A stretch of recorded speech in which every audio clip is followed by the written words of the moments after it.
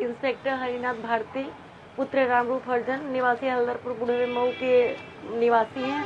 ये मेरे थाना महाराजगंज कुल्हुआ में ये इंस्पेक्टर के पद पे ये कार्यरत थे।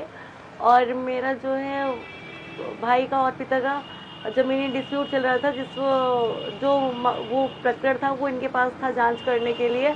तो सर ने कहा कि आपने एप्लीकेशन दिया है, आपका मैं मदद कर, पूरे कॉन्फिडेंस के साथ बोले कि ठीक है आपका एप्लीकेशन सही है, मैं आपकी मदद करूंगा।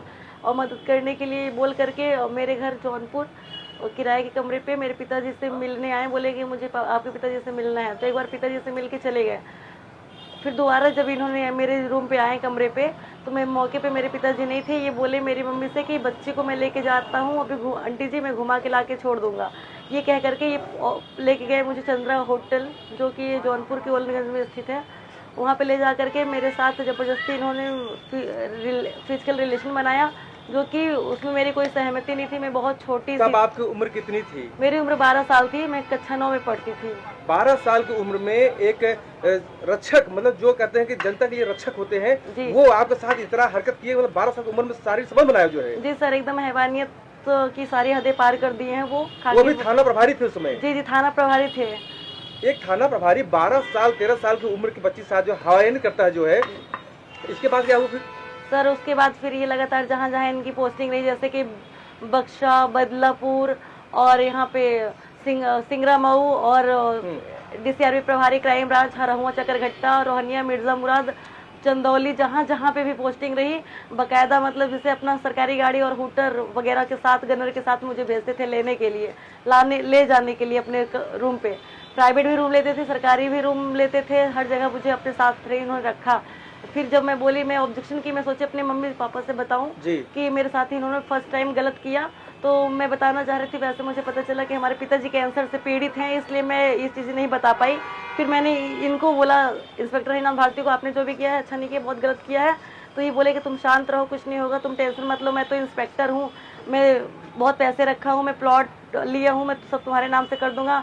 हाँ, मैं तुम जैसे लड़की का इंतजार था, अब तुम मिल गई हो, मैं तुमसे शादी कर लूंगा, इस तरीके से वो कह रहे थे। अभी आपकी उम्र कितनी है? अभी मेरी उम्र 19 साल 4 महीने। 19 साल जी। इसका मतलब है कि 13 साल की उम्र से शादी शोषण कर रहे हैं लगातार, लगभग ये 6 साल हो गया। जी सर, लगातार कर रहे हैं, बस ये कह करके कि बस हम तुमसे शादी करेंगे, तुम्हारा पति भी बनेंगे और तुम्हारे बच्चे का बाप भी बनेंगे। जब 13 साल की उम्र में शोषण इन्होंने किया पहली बार, जी सर, तब क्या उन्होंने कहा था जो है, तब पहला फैसला किए थे कोई हवाला देकर के? सर ये पहले तो एक बार ये बहका फुसला के ही किए, दोबारा जब ये लगातार करते रहे तो हम भी ऑब्जेक्शन किए, तो ये बोले कि कोई ऑब्जेक्शन मत करो, तुम किसी से मत कहना, हम तुमसे शादी कर लेंगे, इस तरीके से कह करके। और जब अभी क्या मामला, अभी कहाँ पहुँची है? अभी आप कोर्ट कहीं जाएंगी कि कोर्ट कहीं है? सर मेरा वन से अभी वो जो थाना प्रभारी है वहाँ थे, अभी इसमें कहाँ है वो? सर वो अपने कमरे पे हैं सर, अभी तक उनकी गिरफ्तारी नहीं हुई है। कहाँ है वो? सर जौनपुर। क्या करते हैं अभी क्या कर रहे हैं वो? सर वो अपने कमरे पे हैं। नहीं, अभी किस पद पर वो? क्राइम ब्रांच में, पुलिस लाइन। क्राइम ब्रांच चले गए? मतलब क्राइम कर करके एक SHO जो है, क्राइम इतना बड़ा करके वो क्राइम प्रभारी मतलब क्राइम ब्रांच पहुंच गए? हाँ जी सर, ESTU प्रभारी से क्राइम ब्रांच। वहाँ किस तरह से सोचिए, वो किस तरह से जो है वहाँ लोग न्याय करते होंगे एक इतना बड़ा अपराध करके। तो अभी आप पूरा मामला इतना होने के बाद, इतना पीड़न पहुंचने के बाद, इतना शोषण होने के बाद, अभी आप हाई कोर्ट अधिवक्ता विष्णुकांत तिवारी पहुंची हैं, अभी क्या उम्मीद लगाई बैठी हैं? सर मुझे पूरा उम्मीद है कि वो गए हैं हाई कोर्ट, विपक्षी हरिनाथ भारती गए हैं हाई कोर्ट, वो क्या बोलते हैं FIR क्वेश्चन के लिए। मेरे लॉयर सर हैं। आपने FIR किया हुआ है? जी सर, मेरा FIR। लॉयर कौन है? मेरे लॉयर विष्णु सर हैं, विष्णुकांत तिवारी जी सर। तो मैं गई हूँ सर, मुझे सर पे ट्रस्ट है, मुझे कोर्ट पे ट्रस्ट है कि मतलब FIR क्वेश्चन नहीं हो पाएगा और एंटीसिपेटरी बेल इनको नहीं मिल पाएगी। क्या मामला आया है? मामला ये है कि जब ये 13 साल की थी तब से इनके साथ जो है कि पहले जो दुराचार होता है। क्या मामला है अभी आपके पास आया हुआ है? ये हमारे पास आई है माननीय उच्च न्यायालय में। इनके जो भी इनके साथ जो घटना घटित हुई है उसके लिए इन्होंने हमसे बताया, और कल इनसे हमारी शाम को बात हुई थी, तो मैंने इनको माननीय उच्च न्यायालय में बुलाया है। इनका ये कहना है कि ये SHO रहे हैं, जो उन्होंने इनके साथ जो है कि पहले प्रीवियस में जो है पुराने समय में इनके साथ पहले जबरी शोषण करते हैं इनका, उसके बाद फिर जब ये विरोध करती हैं तो इनको कहा जाता है कि हम आपसे शादी कर लेंगे, किसी से बताओ नहीं। उसी बीच में इनके पिता की जो है तबीयत कैंसर से मृत्यु हो जाती है, जिसकी वजह से ये अकेली पड़ जाती हैं, क्योंकि इनके पास ना कोई आगे भाई है, ना कोई पीछे कोई बहन है, माँ है, और ये हैं दोनों लोग मतलब असहाय हैं कुल मिला के। तो जब ये हमारे पास आई तो इनकी पूरी जो दशा है।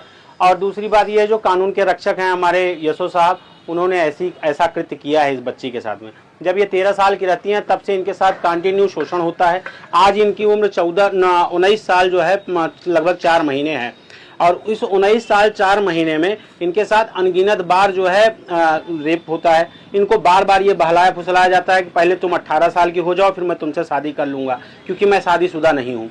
आज जब ऐसा होता है कि जब ये कहती हैं बार बार 18 साल होने के बाद जब ये प्रेशर बनाती हैं कि शादी कर लीजिए, तो इनसे लोग जो है शादी नहीं करते हैं। उसके बाद जब ये जाती हैं उसका विरोध करती हैं। एक दिन पेपर दे के लौटी थी, तो इनके जब वहाँ कमरे पे जाती हैं तो उनकी पत्नी इनको मिलती हैं। तो जिसके बाद से ये सारा मामला हुआ। यशो के ऊपर जो है FIR दर्ज हुआ है। वो अभी क्राइम ब्रांच में इंस्पेक्टर के पद पे नियुक्त हैं। और अभी तक पुलिस डिपार्टमेंट का ये हम कहेंगे कि आप जो है अभी तक अपने डिपार्टमेंट का सह दे रहे हैं। आपने अभी तक उनकी अरेस्टिंग नहीं की है। दूसरा कोई व्यक्ति रहा होता, कोई अपराधी रहा होता, तो आप तक अभी तक उसको जेल भेज दिए होते। मुझे सिर्फ इतना सवाल जानना है SP जौनपुर से और आप लोगों से कि आप बताइए, पुलिस डिपार्टमेंट, क्या अपराधी की भी जाति होती है या अपराधी का भी कोई वर्चस्व होता है? अपराधी अपराधी ही होता है। FIR होने के बाद अगर वो वांछित है तो आपका कार्य है कि आप उसको जेल भेजिए, बाकी न्याय के ऊपर छोड़िए, न्याय प्रणाली वो पूरा कार्य करेगी। जब भी कोई व्यक्ति अपराध करता है तो पुलिस जो है उसको पाताल में खोज निकालती है जी। लेकिन जब कानून का रक्षक, जनता का रक्षक ही अगर भक्षक बन जाए, जैसे अभी सच्चो साहब, उनको बधाई हो कि आप ऐसा कर्म करके और ऐसा कुकर्म करके कि आप इतने ऊंची बुलंदियों पे जा रहे हैं। लोगों के अंदर से ये भय ही खत्म हो जाएगा कि हम गलत करेंगे तो हमारे साथ भी गलत होगा। अब उनको इस चीज का डर नहीं है और आज वो भी धमकी दे रहे हैं। आज लोगों से इनका वीडियो और फोटोज वायरल करवा रहे हैं। आज उनकी इतनी हिम्मत देखिए, हिमाकत देखिए, कितने पे आदमी को शांत होना चाहिए, लेकिन वो चीजें नहीं हो रही हैं। और हमें ये भी विश्वास है अपने उत्तर प्रदेश की पुलिस के ऊपर कि कुछ होने वाला नहीं है। ये उनको अरेस्ट नहीं करेंगे, ये न्यायालय के लिए उनको खुला छोड़े हैं। कल को पीड़िता के साथ कुछ हो जाएगा, उसके बाद सारी चीजें सही हो जाएंगी। मामला पुलिस डिपार्टमेंट का है, मामला पुलिस डिपार्टमेंट होने के नाते क्या लगता है कि बच्चों को न्याय मिल पाएगा? नहीं मिल पा रहा है ना। न्याय मिल रहा होता तो हमारे पास कहाँ आती। आई हैं कि वो FIR क्वेश्चन के लिए हाईकोर्ट आ रहे हैं, उसके अपोज के लिए। हालांकि माननीय उच्च न्यायालय पे हम लोगों को पूरा भरोसा है कि ऐसा कुछ होगा नहीं। आखिरी वकील साहब, ये इतना गंभीर अपराध है, इतना लंबे समय तक अपराध तो चला आया है जी, तो ऐसे में कानून कहता है कि कोई एविडेंस है क्या? इस मामले में कोई एविडेंस है बच्ची तरफ से? बिल्कुल एविडेंस है, वीडियोज हैं, फोटोज हैं, और जो है कि इसके मेडिकल रिपोर्ट्स हैं, सारी चीजें हैं। और उससे भी ज्यादा है जो आपके थाने से ही FIR हुआ है, उसमें जो संबंधित धाराएं लगी हैं। इससे बड़ा और क्या प्रूफ दिया जाए? सारी चीजें हैं। अच्छा सर, ये जो चंद्रा होटल है, क्या उस चंद्रा होटल पे कार्रवाई नहीं होनी चाहिए कि एक 13 साल की बच्ची जाती है, ना आप आधार कार्ड मांगते हैं ना कुछ मांगते हैं, सीधा उसकी एंट्री रूम में हो जाती है? जी देखिए, सब डग्गा मार होटल्स हैं। कोई ऐसा नहीं है कि किसी के पास ना वैलिड प्रूफ जाता है ना कुछ जाता है। सिर्फ ये क्या करते हैं, इनको पैसे से मतलब है। ये पैसा ले लिए, लड़की को भेज दिए अंदर। ये नहीं देख रहे हैं कि एक 45 साल का व्यक्ति एक 13 साल 14 साल की लड़की को लेके आ रहा है, तो इनको वो भी तो जानना चाहिए कि भाई होटल मैनुअल्स क्या कहते हैं, होटल रूल्स क्या कहते हैं हमारे, कि आप उसके डॉक्यूमेंट्स को देखिए, कि वेरीफाई करिए कितने साल के 18 प्लस हो तभी आप जा सकते हैं। 13 साल की लड़की के साथ वहां पे अगर सहमति से भी अगर फिजिकल रिलेशन बनता है तो भी वो रेप की कैटेगरी में आता है। क्योंकि उस समय बच्ची क्या करे, तो कुछ भी विरोध करने के लिए, कुछ भी अपनी बातों को रखने के लिए, वो हमको नहीं लगता कि उसकी बुद्धि उतनी परिपक्व होती है। कोई 13 साल 14 साल का बच्चा बोल पाएगा। तो क्या आप सर उस होटल के ऊपर भी बिल्कुल कार्रवाई होनी चाहिए। ऐसे होटल्स को सील करना चाहिए और पुलिस प्रशासन को और DM जौनपुर को इस पे संज्ञान लेना चाहिए। यूपी के